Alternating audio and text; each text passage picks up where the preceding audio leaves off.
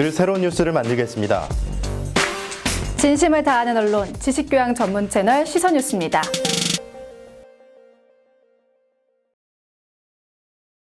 안녕하세요. 자동차의 모든 것 박진아입니다. 계약서 중요하다는 거 다 알고 계시죠? 지입차도 역시 마찬가지입니다. 계약서 작성할 때 우리가 꼭 알아야 되는 부분 오늘 다 알아보도록 할게요. 요일통은 이하나 씨와 함께합니다. 안녕하세요. 안녕하세요. 제가 오늘 아주 공부를 많이 하고 오셨다고 들었어요. 네, 힘들었어요. 네, 그만큼 이제 중요한 꼭 어려운 단어들이 있다는 거잖아요. 그럼 우리가 어떤 것들의 계약서를 작성할 때 꼭 알아야 하는지, 꼭 체크해야 되는지 알아볼까요? 첫 번째, 뭐가 있나요? 첫 번째, 차량에 대한 갑부 및 을부를 확인을 하시면 돼요. 갑부, 을부. 네, 갑부, 을부를 확인하시고 요구, 압류 및 설정 등 기재사항들이 있어요. 압류사항이나 뭐 그런 부분. 요구사항, 압류를 한다거나 뭐 회사에서 요구를 한다거나 뭐 여러 가지 기재가 되어 있는 사항들이 있거든요. 그런 사항들 꼼꼼하게 체크를 하시고요. 근데 이런 내용들이 위스탁 계약서 안에 다 나와 있는 거거든요. 그러니까 위스탁 계약서 쓰실 때 그 안에 있는 내용을 천천히 읽어보시면 될 것 같아요. 그리고 또 두 번째는 경찰서에 그 차량에 대한 미발행 범칙금이 있는지, 차량 자체에 대해서도 벌금이 그렇죠. 있는지, 네. 기존에 미납금이 있는지, 그렇죠. 그런 부분까지도 계약서를 작성하기 전에 다 체크를 해야 그렇죠. 되는 안 그러면 거예요. 내가 내야 되니까 그 전 차량에 대해서. 그리고 화주와의 운송 계약서를 확인을 하시면 되고요. 화주와의 운송 계약서라면 이제 내가 지입차를 하기로 했어요.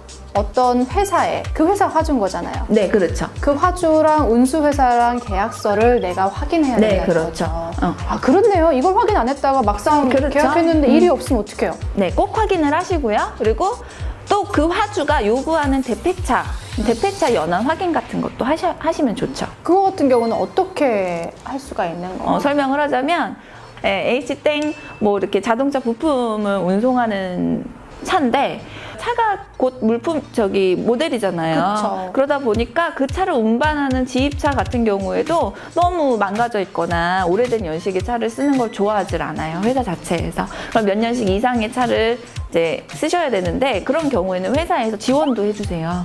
새 차로 바꿀 때. 어떤 지원을 말씀하시는 거죠? 금액적인. 네, 그렇죠. 대기업에 한한 건데요. 네, 대기업이 아니고서는 그런 대폐차 연한이 있는 곳은 드물어요. 그런 거 확인하시고요. 그리고 또 마지막으로는 인감증명서를 이제 계약서 쓰실 때 가져가셔야 되거든요. 근데 굉장히 중요하잖아요, 우리 인감은. 그렇죠. 예, 그래서 인감증명서를 어디다가 어떻게 사용을 하는지, 수량이라든지 사용처 이런 건 정확하게 확인을 받고 드려야겠죠. 당연하게 들으면 당연할 것 같지만 사실 또 계약서 작성할 때 이렇게 빠뜨릴 수 있는 부분이거든요. 또 한 가지는 아주 세부적인 건데요. 만약에 내가 뭐 냉동 탑차로 배송을 하게 됐어요. 냉동 탑차 안에서도 저상이 있고 고상이 있어요. 그 무슨 말이죠? 물건을 싣는데 높은 차량이 필요한 일들이 있고요. 그렇지 않고 그냥 일반적인 차량이 필요한 일들도 있거든요. 차의 높이를 말씀하시는 그렇죠. 거죠? 높이 같은 것도 확인하셔서 들어가시면 좋아요. 예전에 제가 아는 분 같은 경우에는 차를 다 그쪽에서 원하는 대로 운수회사에서 꾸며서 갖고 들어갔는데 그 화주에서는 저상은 쓸 수 없고 고상만 들어와야 된다라는 그런 게 있었어요. 그래서 차를 또 이제 중간에 빨리 투입이 돼야 되는데 투입을 못하고 또 구조 변경을 하느라고 시간을 또 많이 허비를 했었거든요. 그런 경우는 보상을 전혀 못 받는 건가요? 회사가 잘못된 거기 때문에 운수회사에서 체크를 하고 잘 해주셨어야 되는데 그런 경우는 이제 차주님 잘못은 아니죠. 그래서 회사에서 해주셔야 되는 게 맞아요. 그런 경우는. 하지만 본인도 알고 계시면 좋으니까. 그쵸. 예, 그쵸. 저상인지 고상인지 높이는 맞는 건지. 왜냐면 내가 차를 갖고 들어가야 되는 경우, 내 차가 들어갈 수 있는지 확인을 하시면 좋죠. 원천적으로 지금 내가 하려는 일하고 내가 가지려는 차하고 정확하게 맞는지를 확인하는 여부가 굉장히 딱 중요할 것 같네요. 그리고 그 생각이 들었어요. 지금 우리가 말한 5가지가 행여나 법적으로 문제가 됐을 때 오히려 나를 보호해줄 수 있는 장치들이 아닐까라는 생각을 했거든요. 맞아요. 네, 범칙금 알아보지 않고 그냥 했다가 어쨌든 법적으로 내 차가 되버리니까 할 말이 없단 말이에요. 그런 거 꼼꼼하게 알아두면 좋을 것 같네요. 그죠? 네, 맞습니다. 네, 아주 정말 오늘 좋은 정보를 우리가 아는 것 같습니다. 지입차에 대해서 고민 있는 분들 많으시죠? 저희가 말끔하게 해결해 드리겠습니다. 오늘의 고민은요, 허위 매물이에요. 네, 허위. 그렇죠. 우리가 중고차 관련해서 허위 매물이다 뭐 이런 말을 좀 많이 사실 뉴스를 통해서 듣기도 했는데 이 화물차도 허위 매물이 있다고 하더라고요. 네, 어떤 분이 있어요. 상담을 주셨어요. 이 30대 중반 남자분이 차에 대해서 관심이 많아서 많이 알아봤는데 유독 이 허위 매물은 잘 구별을 못하겠다. 그래서 좀 그래도 사전에 알 수 있는 방법이 없을까요? 이렇게 여쭤봤거든요. 근데 굉장히 쉬운 거예요. 네. 오히려 중고차 같은 경우에는 저도 뭐 많이 봐서 알지만 충격 고백! 많이 봐서 알지만 저 말도 안 되게 막 연식도 얼마 안 됐는데 차량 모델도 얼마 안 된 건데 굉장히 저렴하게 나오잖아요. 근데 있냐고 전화해서 있어요. 그러고서 가면 없어갖고 다른 차 보고 막 그러잖아요. 네. 똑같아요. 지입차도 연식도 얼마 안 됐고 일머리도 너무 괜찮고 뭐 대기업 일에 뭐 다 좋아. 10년 급여까지 좋아요. 그런 일이 있을까요? 없어요. 네. 일 쉽고 차 좋고 그런데 막 인수받는 가격도 저렴하고 모든 게 다 좋은데 그런 일은 없어요. 자, 보셨을 때 대충 이게 구별하는 법은요. 지입차가 나와 있는 사이트들이 많잖아요. 그렇죠. 이렇게 쭉 둘러보세요. 그러면 몇 년식의 어떤 차량은 이 정도 가는구나 평균치가 있거든요. 근데 유난히 싸거나 유난히 저렴하게 나오는 차량들 같은 경우에는 뭐 차에 문제가 정말 있거나 혹은 아예 없는 매물일 가능성이 커요.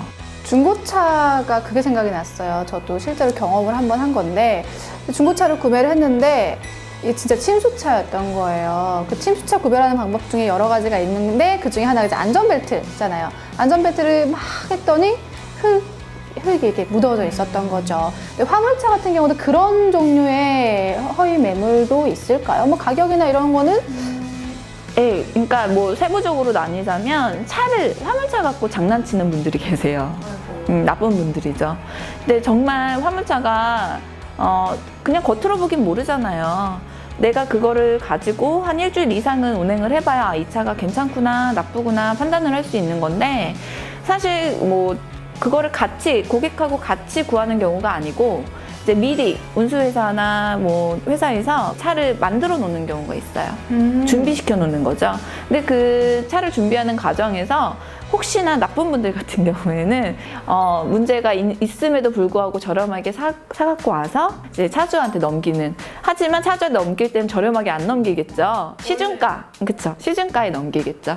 그런 경우로 따진다면 그러면 이왕이면 운수회사랑 같이 내 차를 보러 다니는 게 네. 가장 좋겠네요. 그러니까 차가 준비되어 있는 경우는 두 가지예요. 그렇게 일부러 차에 대해서 이익을 많이 남기려고 회사에서 미리 준비하는 경우도 있지만 또 한 가지는 그 차가 운행 중이었던 차들이 있어요. 그 차로 운행을 했는데 기사님만 빠진 거죠.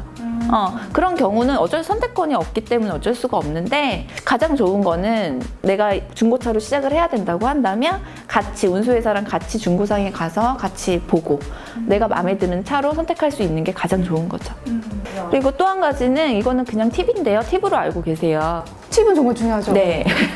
이거는 이제 급여 체계에서 완제라는 게 있잖아요. 그쵸. 예. 근데 완제라고 하면 정확하게 급여가 얼마인지 뭐 300이면 300, 400이면 400 이런 식으로 딱 정해져 있거든요. 근데 매물들을 보시면 완제급이라고 나와 있는 게 있어요. 완제급이요? 완제긴 완제인데 완제급. 그건 뭐죠? 완제급은요. 완제긴 완제인데 완제급이라고 해서 만약에 이거는 급여가 300만 원짜리예요. 근데 완제급으로 올릴 때는 우리 야근 수당처럼요? 그렇죠. 야근 수당처럼 추가적으로 내가 일을 할 경우에 플러스 알파로 해서 뭐 80만 원 정도가 더 벌 수 있는 그동안 그 전 기사님들이 그렇게 벌어왔어요. 만약 그렇다면 완제는 300만 원으로 표시를 해야 되는 게 정확한 거지만 이게 급여가 높게 보이기 위해서 추가타까지 플러스를 시켜서 380만 원 완제급 이렇게 올려놓는 경우들도 있는데 그렇게 뭐 몇 개월 동안 혹은 1년 이상 동안 그 전에 계셨던 기사님이 그렇게 받아왔을지언정 플러스 알파에 대한 거는 정확하지 않은 금액이기 때문에 정확하게 알고 들어가셔야 되는 게 맞아요. 완제 같은 경우는 뭐 추가 근무가 있어서 추가로 정말로 그런 급여를 받는다고 하더라도 그걸 제외한 금액으로 올라온 거를 확실하게 봐야 한다. 네, 그렇죠. 그게 아니고 부풀려진 금액으로 자꾸 권유를 한다면 그것도 좀 의심을 한번은 해봐야 한다. 네, 맞아요. 이런 말인 거잖아요. 네, 그런 부분까지도 꼭 알고 있으면 좋을 것 같고요. 마지막으로 아까 말씀해 주셨던 것처럼 이왕이면 중고차를 해야 한다면 운수회사와 내가 같이 가서 내 차를 고르는 게 가장 좋다고 합니다. 이미 구해져 있는 차를 구입할 때는 조금은 더 의심을 해봐야 하는 상황이 있을 수도 있다고 하네요. 그렇죠? 오늘 자동차의 모든 것에서는 정말 알짜배기만 알았던 것 같아요. 우리가 계약서 작성할 때 꼭 필요한 5가지, 그리고 자동차 허위 매물 구별하는 방법까지 잘 알아봤습니다. 이제 저희 다음 촬영 때는 그래도 좀 더 따뜻해지는 날들이 오겠죠? 아직 따뜻해지려면 멀었어요, 진아 씨. 그래도 우리 오늘 따뜻한 데서 했잖아요. 네, 그렇죠? 맞아요. 네, 다음에는 저희가 더 상큼하고 더 알찬 이야기들로 꾸며오도록 하겠습니다. 저희 다음 시간에 찾아뵙도록 하죠. 그러죠. 안녕. 안녕.